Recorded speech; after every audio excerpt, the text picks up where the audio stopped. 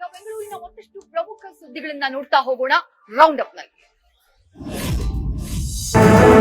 ಪವಾಡದಂತೆ auto ಚಾಲಕ ಪ್ರಾಣಾಪಾಯದಿಂದ ಪಾರಾಗಿರೋ ಘಟನೆ ಜಯನಗರದ 8ನೇ ಬ್ಲಾಕ್ ಶಾಂತಿ ಆಸ್ಪತ್ರೆ ಎದುರು ಸಂಭವಿಸಿದೆ.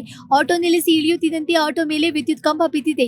ಜೆಸಿಬಿ ಮುಂಭಾಗ ವಿದ್ಯುತ್ ಕಂಬಕ್ಕೆ ಡಿಕ್ಕಿ ಹೊಡೆದಿದ್ದರಿಂದ ವಿದ್ಯುತ್ ಕಂಬ ತುಂಡಾಗಿ ಅವಘಡ ಸಂಭವಿಸಿದೆ. 100 ಹೊಸ ಎಲೆಕ್ಟ್ರಿಕ್ ಬಸ್ಸುಗಳು ಡಿಸೆಂಬರ್ 26ರಿಂದ ಸಂಚಾರ ಆರಂಭಿಸಲಿದ್ದು ಸಿಎಂ ಸಿದ್ದರಾಮಯ್ಯ ಹಸಿರು ನಿಶಾನೆ ತೋರಿಸಲಿದ್ದಾರೆ.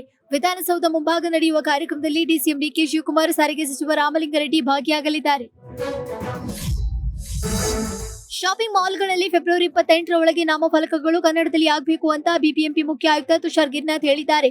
ಮಾಲ್ಗಳು, ಅಂಗಡಿ ಮುಂಗಟ್ಟುಗಳು ನಾಮಫಲಕ ಬದಲಿಸಬೇಕು. ಈ ಬಗ್ಗೆ ಮಾಲ್ಗಳ ಮಾಲೀಕರನ್ನ ಕರೆದು ಸೂಚನೆ ನೀಡುತ್ತೀವಿ ಅಂತ ಹೇಳಿದ್ದಾರೆ. ಇಂದು ಹನುಮ ಜಯಂತಿ ಹಿನ್ನೆಲೆ ವಿಜಯನಗರದ ಮಾರುತಿ ಮಂದಿರದಲ್ಲಿ ವಿಶೇಷವಾಗಿ ಆಚರಣೆ ಮಾಡಲಾಯಿತು. ಆಂಜನೇಯನಿಗೆ ವಿಶೇಷವಾಗಿ ಅಭಿಷೇಕ, ಅಲಂಕಾರ ಮಾಡಿ ವಿಶೇಷ ಪೂಜೆ ಸಲ್ಲಿಸಲಾಯಿತು. ಇನ್ನು ಆಂಜನೇಯನ ದರ್ಶನ ಪಡೆಯಲು ಭಕ್ತಾದಿಗಳ ದಂಡೆ ಹರಿದು ಬಂದಿತ್ತು. ಪೊಲೀಸರ ವೇಷದಲ್ಲಿ ಮನೆಗೆ ನುಗ್ಗಿ ಪೀಣ್ಯದಲ್ಲಿ ರಾಬರಿ ನಡೆಸಿದ ಪ್ರಕರಣಕ್ಕೆ ಟ್ವಿಸ್ಟ್ ಸಿಕ್ಕಿದೆ. ಮನೋಹರ್ ಮನೆ ದರೋಡೆ ಕೇಸ್ನಲ್ಲಿ ಬಂಧನವಾದ ಆರೋಪಿಗಳು ಸಿರಗುಪ್ಪದ ವೃದ್ಧ ದಂಪತಿಯ ಮನೆಗೆ ನುಗ್ಗಿ ದರೋಡೆ ಮಾಡಲು ಪ್ಲಾನ್ ಮಾಡಿದ್ರು ಅನ್ನೋ ಮಾಹಿತಿ ಲಭ್ಯವಾಗಿದೆ. ನ್ಯೂಸ್ ಫಸ್ಟ್ ನಿರ್ಭೀತಿಯಿಂದ ನಿಮ್ಮ ಪರವಾಗಿ.